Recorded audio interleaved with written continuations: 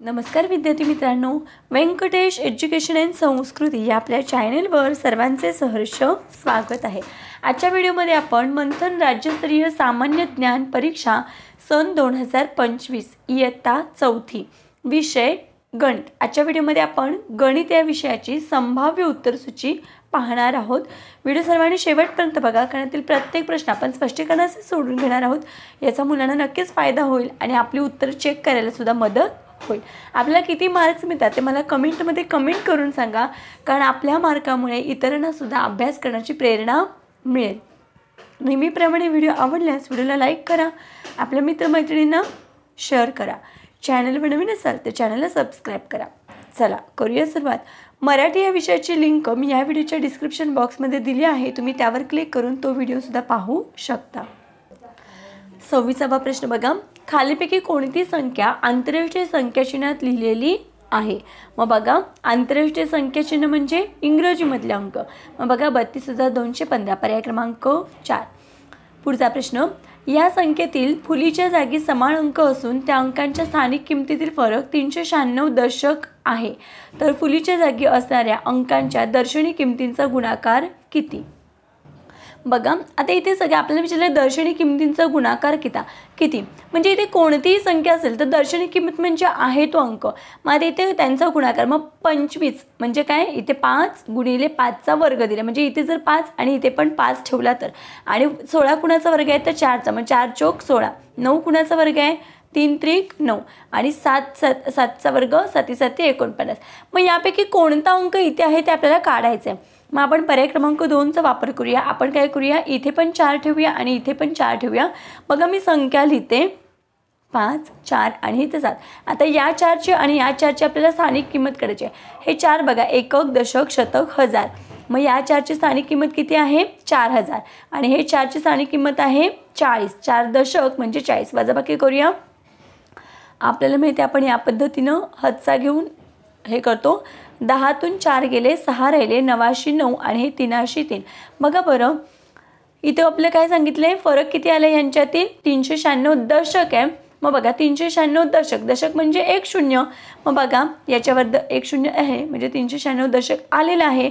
मग कोणतं, आणि यांची दर्शनी किंमतींचा गुणाकार, मग बघा ह्याची किंमत किती 4, दर्शनी किंमत 4, याची पण दर्शनी किंमत 4, मग 4 चौक 16। मग बघा आपलं उत्तर कोणतं आहे, पर्याय क्रमांक 2। पुढचा प्रश्न बघा, 2025 या वर्षात महाराष्ट्र दिन गुरुवारी आहे, तर त्याच वर्षात 3 जून रोजी कोणता वार असेल? मग बघा महाराष्ट्र दिन असतो 1 मेला, म्हणजे 1 मे 2025च्या दिवशी आहे वार गुरुवार। आपल्याला विचारले 3 जूनचा वार, आपल्याला विचारले 3 जूनचा वार। मग बघा मे महिना किती दिवसांचा असतो, 31 दिवसांचा असतो। आपल्याला 1 तारखेचा वार माहिती आहे, म्हणून आपण काय करायचं, 31 मधून 1 तारीख ही वजा करायची आहे। मग किती दिवस राहिले, 30 दिवस। मग मेच्या नंतर लगेचच जून महिना असतो, जूनची आपल्याला 3 तारीख पाहिजे, मग जूनचे फक्त 3 दिवस घ्यायचे। या दिवसांची बेरीज करूया, 30 अधिक 3 33। मग या 33ला 7ने आपण भागूया। मग बघा 7च्या पाड्यामध्ये 33 नाहीत, मग त्याच्यापेक्षा लहान संख्या 7 चौक 28। 33 मधून 28 गेले, बाकी आली 5। मग बघा जेवढी बाकी आली तेवढी या वाराच्या पुढे 5 दिवस पुढे मोजा। मग बघा गुरुवारच्या नंतर शुक्रवार, शनिवार, रविवार, सोमवार, मंगळवार। मग 3 जून रोजी कोणता वार आहे तर मंगळवार। पर्याय क्रमांक 1 हे आपल्या प्रश्नाचं उत्तर आहे। पुढचा प्रश्न बघा, सोबत दिलेल्या तक्त्यामध्ये एका शहरातील ज्यूस सेंटरमध्ये विविध ज्यूस पिणाऱ्या ग्राहकांची संख्या दर्शवली आहे, यावरून दिलेल्या प्रश्नांची उत्तरे शोधा। बघा इथे ज्यूसची नावं दिलेत आणि ज्यूस पिणारे ग्राहक आहेत। आता हे सगळ्यात महत्त्वाचं आहे प्रमाण, एका चित्रासाठी 2 ग्राहक आहेत। मग इथे बघा 1 2 3 4, इथे चित्र किती आहेत 4, मग इथे काय करायचं 2ने गुणायचं आहे, कारण प्रमाण एका चित्रासाठी 2 आहे। मग 4 दुने किती 8, म्हणजे लिंबू पिणारे किती आहेत 8 आहेत। मग इथे बघा 1 2 3 4 5 6 7, मग इथे 7 गुणिले 2 7 दुने 14, 1 2 3 4 5 6 7 8, मग इथे पण 8 गुणिले 2 बरोबर 8 दुने 16।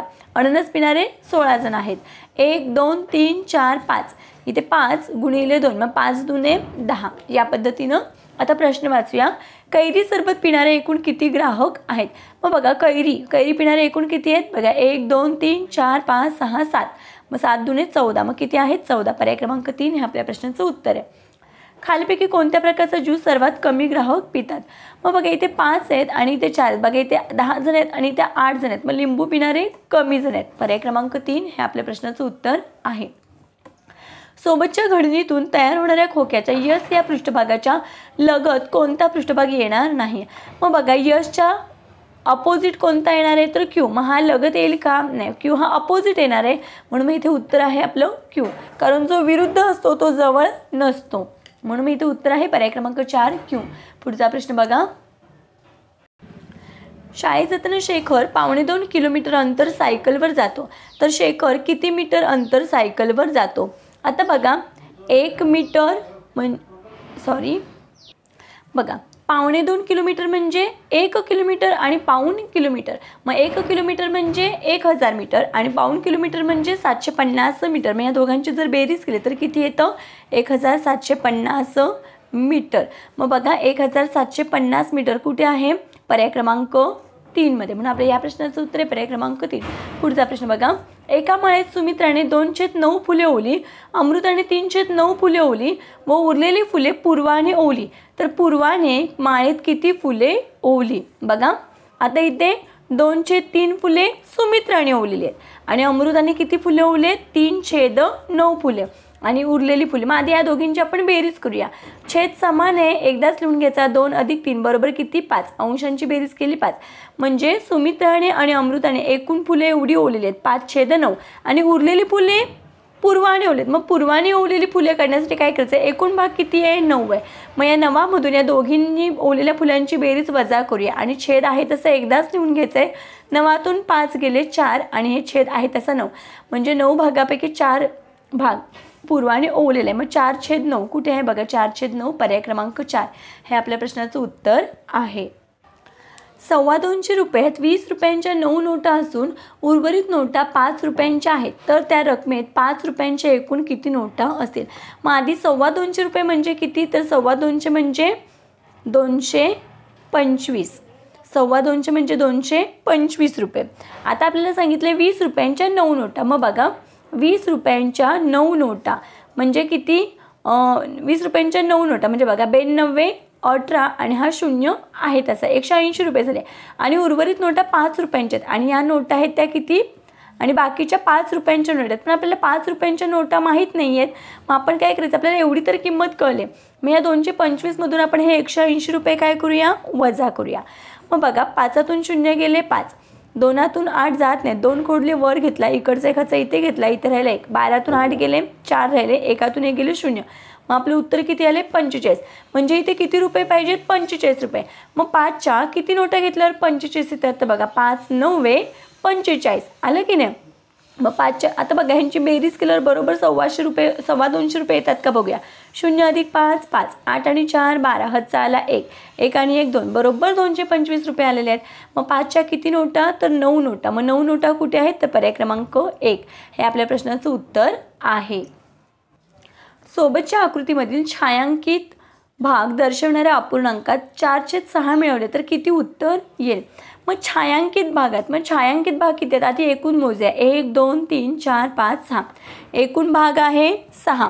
छायांकित भाग किती आहे? 1 2 3. छायांकित भाग दर्शवणाऱ्या अपूर्णांकात एवढे मिळवायचे. आता एवढा छायांकित आहे आणि एवढे मिळवायचे. मग बघा 4/6 मिळवले. छेद समान आहे, छेद एकदाच लिहून घ्यायचं आहे. अंशांची बेरीज 3 + 4 बरोबर किती? 7. मग आपलं उत्तर किती आले? 7/6. मग बघायचा पर्याय कुठे दिसतोय का? 7/6 नाही दिसत आहे. मग बघा आपल्याला माहिती याचा आपण काय करतो? पूर्णांकामध्ये हे करतो. मग बघा इथे 7 आणि त्याला 6ने भागायचं आहे. 6च्या पडेमध्ये 7 नाहीत, मग त्याच्यापेक्षा लहान संख्या 6 1 6. 7तून 6 गेले, बाकी राहिली 1.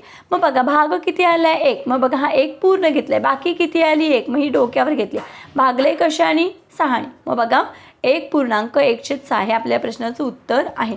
मग यांचा गुणाकार करायचा आणि हे अंश आहे तो याच्यामध्ये मिळवायचा. 6 1 6 आणि हा एक 7 7/6 बरोबर आहे उत्तर.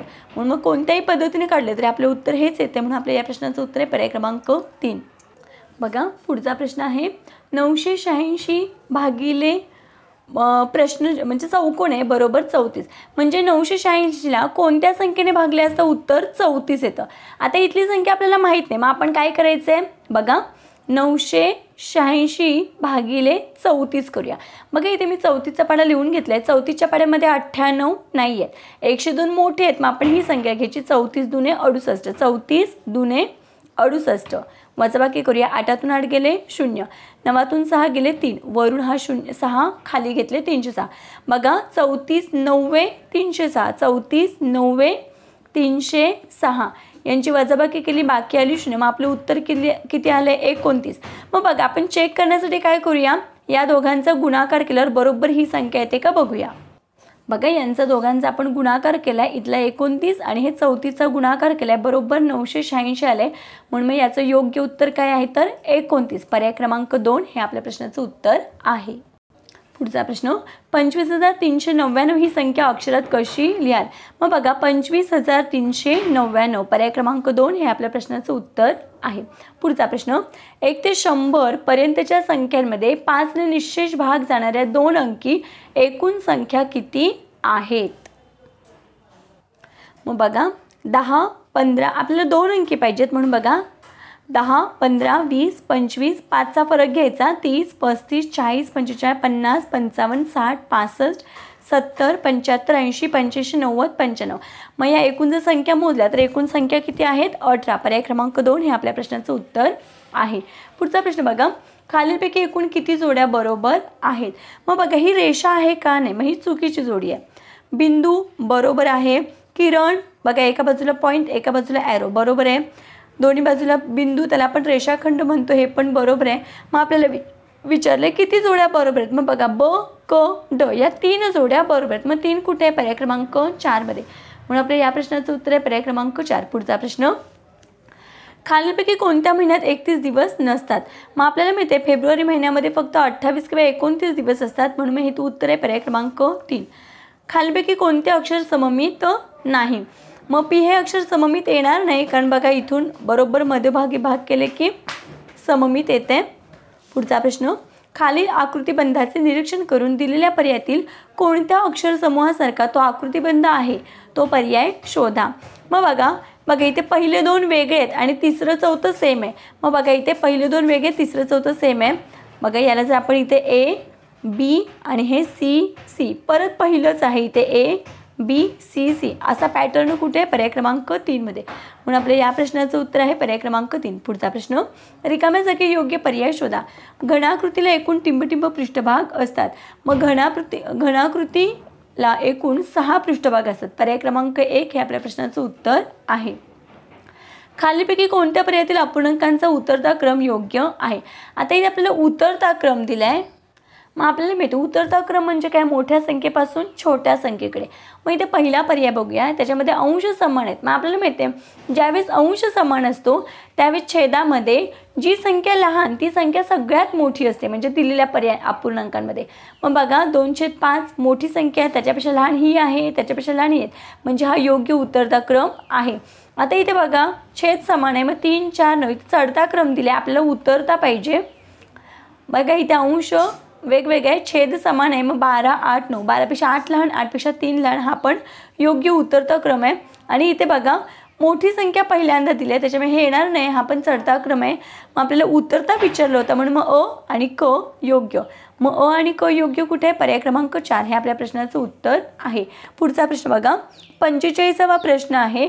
यांची जर आपण बेरीज केली तर आपली बेरीजेचं उत्तर येते 23,117 पर्याय क्रमांक 4. पुढचा प्रश्न बघा इथे आपण बेरीज करून घेतलेली आहे. पुढचा प्रश्न खालीपैकी कोणत्या पर्यायातील संख्या उतरत्या क्रमाने लिहिल्या आहेत. मग बघा पर्याय क्रमांक 1 मध्ये बघा 45,912 त्याच्यापेक्षा लहान 44,910 त्याच्यापेक्षा लहान 43,712 आणि त्याच्यापेक्षा लहान 9,975. उतरता क्रम म्हणजे माहिती आहे मोठ्या संख्येपासून छोट्या संख्येकडे. बघा इथे 45, 44, 43 ही 5 अंकी संख्या आणि ही 4 अंकी म्हणजे ही कमी आहे. हे बरोबर आहे उतरता क्रम. पर्याय क्रमांक 1 हे आपल्या प्रश्नाचं उत्तर आहे. पुढचा प्रश्न बघा 47वा प्रश्न आहे. आता इथे काय सांगितलंय की सोबतच्या वजाबाकीच्या उदाहरणात फुलीच्या जागी समान अंक आहे तर तो अंक कोणता असेल. मग आता बघा इथे वजाबाकी आहे, शून्यातून किती गेल्यावर किती राहतात. आता इथे आपल्याला एक काहीतरी पर्याय घ्यायचा आहे. मग मी इथे पर्याय क्रमांक 2 मधली 5 संख्या घेते, इथे मांडते. बघा फुलीच्या जागी मी 5 अंक मांडते या पद्धतीनं. वजाबाकीचं चिन्ह आहे. मग बघा 9,800 आणि इथे पण मी 5 अंक मांडला आहे. आता बरोबर उत्तर असंच येतं आहे का बघा. बघा जिथे फुलीच्या जागी मी 5 घेतलं आहे तिथे मी चौकोन म्हणते म्हणजे आपल्या लक्षात येईल. बघा शून्यातून 5 काही जात नाहीत, पण शून्य आपण कट करतो वर घेतो. इकडचा एक आपण इथे घेतला, इथे राहिले 6. 10तून 5 गेले 5 राहिले. 6तून 9 जात नाहीत, इकडचा एक आपण इथे घेतला, इथे 1 राहिला.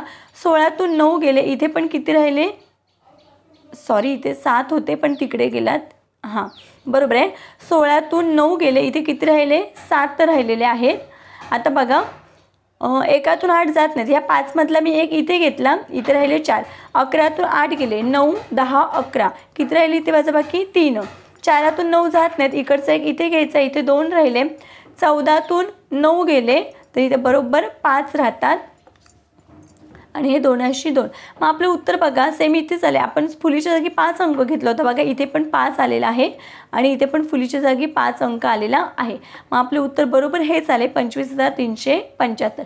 म्हणून मी फुलीच्या जागी समान अंक कोणता तर 5. पर्याय क्रमांक 2 हे आपल्या प्रश्नाचं उत्तर आहे. पुढचा प्रश्न बघा खालीलपैकी कोणत्या पर्यायातील अंक प्रत्येकी एकदाच वापरून 4 अंकी लहानात लहान संख्या तयार होईल. मग आता या सगळ्यांमध्ये लहान अंक कशामध्ये तर बघा 1, 0, 3, 2. मग याच्यापासून आपण लहान संख्या केली की बघा 1 आपल्याला माहिती आहे, 0 आपण अगोदर घेत नाही, दुसरी लहान संख्या आधी आहे 2, दुसरी लहान संख्या घेतो. मग 1 लहान आहे, त्याच्यानंतर 0 घ्यायचा, त्याच्यानंतर 2 लहान आणि मग 3. मग 1023 अंक तयार झाला. इथे बघा 1, 2, 3, 4 म्हणजे 1234 आणि या संख्येपासून 2048 अंक तयार होतो आणि इथे बघा 1025. मग या सगळ्यांमध्ये लहान संख्या कोणती आहे तर 1023. पर्याय क्रमांक 4 हे आपल्या प्रश्नाचं उत्तर आहे. पुढचा प्रश्न बघा खालीलपैकी किती विधाने योग्य आहेत. 1 ते 50 पर्यंत एकूण 25 मूळ संख्या आहेत. हे चुकीचं विधान आहे. 1 ते 25 पर्यंत 50 पर्यंत 25 मूळ संख्या नाही आहेत. 1 ते 100 मध्ये 25 मूळ संख्या आहेत, त्याच्यामुळे हे विधान कसं आहे चुकीचं आहे. दुसरं विधान 1 ते 100 संख्यांमध्ये एकूण 50 समसंख्या आहेत, हे विधान योग्य आहे. 2 ही एकमेव सममूळ संख्या आहे, हे पण विधान योग्य आहे. कारण आपल्याला माहिती आहे 2 ही एकच अशी संख्या आहे की जी मूळ संख्या पण आहे आणि समसंख्या पण आहे, म्हणूनच तिला आपण सममूळ संख्या म्हणतो. मग हे विधान योग्य आहे. 97 ही 2 अंकी सर्वात मोठी मूळ संख्या आहे, हे पण बरोबर आहे. मग बघा 1, 2, 3 विधानं बरोबर आहेत. मग 3 कुठे आहे पर्याय क्रमांक 1 मध्ये, म्हणून आपल्या या प्रश्नाचं उत्तर आहे पर्याय क्रमांक 1. पुढचा प्रश्न बघा 17 सहस्त्र. मग बघा आता 17 सहस्त्र बघा इथे आपण संख्या लिहून घेऊया. 17 सहस्त्र म्हणजे 17,000 अधिक 40 दशक अधिक 40 दशक. दशक म्हणजे 10 म्हणजे 400 अधिक 57 एकक. 57 एकक म्हणजे फक्त 57. यांची बेरीज करूया.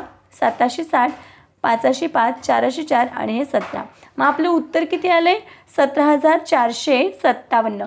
मग बघा बरं 17,457 कुठे आहे तर 17,457 17,457 पर्याय क्रमांक 1 हे आपल्या प्रश्नाचं उत्तर आहे. मग या पद्धतीने आपण आजच्या व्हिडिओमध्ये प्रश्न क्रमांक 26 ते प्रश्न क्रमांक 50 पर्यंत प्रश्न सोडवून घेतलेले आहेत. पुढचे प्रश्न मी पुढच्या व्हिडिओमध्ये सोडवून घेणार आहे, त्याची लिंक मी या व्हिडिओच्या डिस्क्रिप्शन बॉक्समध्ये दिलेली आहे. तुम्ही तिथे जाऊन तो व्हिडिओ पहा आणि आपल्याला किती मार्क्स मिळतात ते मला कमेंटमध्ये नक्की सांगा. व्हिडिओ आवडला असेल तर व्हिडिओला नक्की लाईक करा, आपल्या मित्रमैत्रिणींना शेअर करा. चॅनलवर नवीन असाल तर चॅनलला सबस्क्राईब करा. आजचा व्हिडिओ कसा वाटला ते कमेंटमध्ये नक्की सांगा. भेटूया पुढच्या व्हिडिओमध्ये. तोपर्यंत नमस्कार. थँक्यू.